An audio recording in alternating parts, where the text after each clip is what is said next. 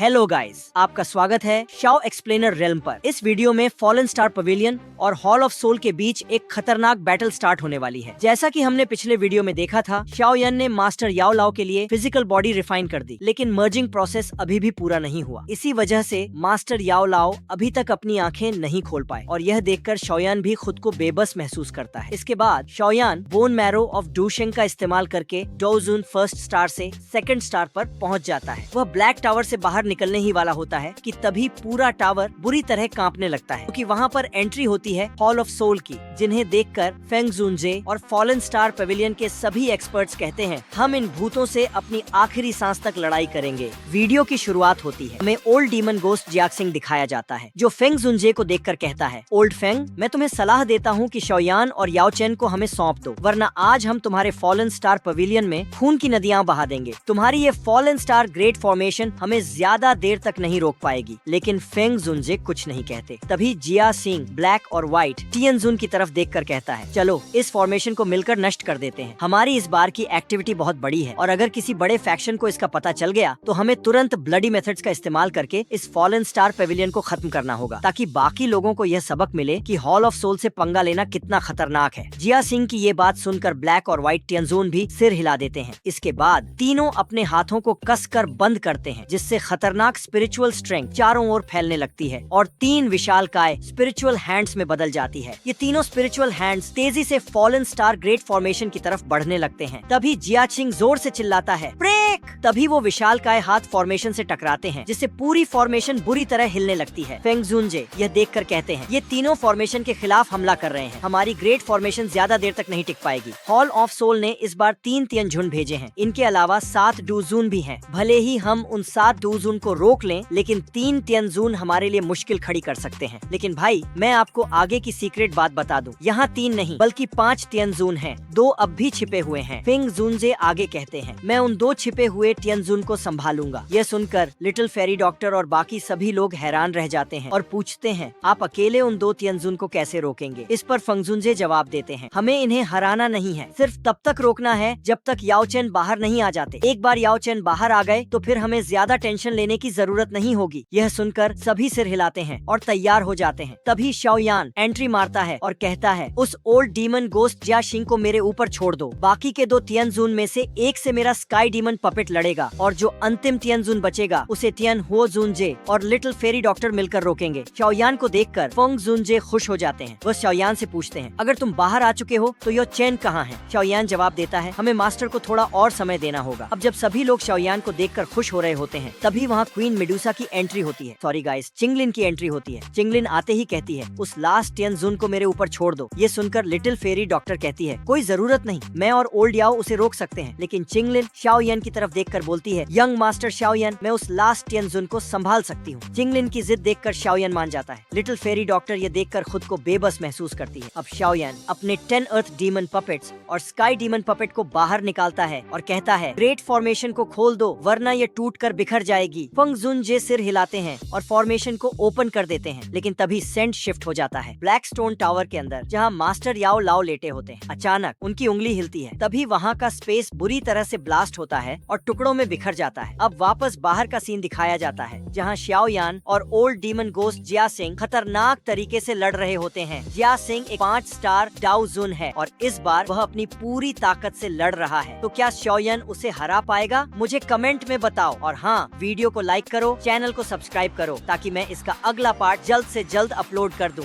तो मिलता हूँ अगले एपिसोड में। Till then keep watching Shao explainer realm.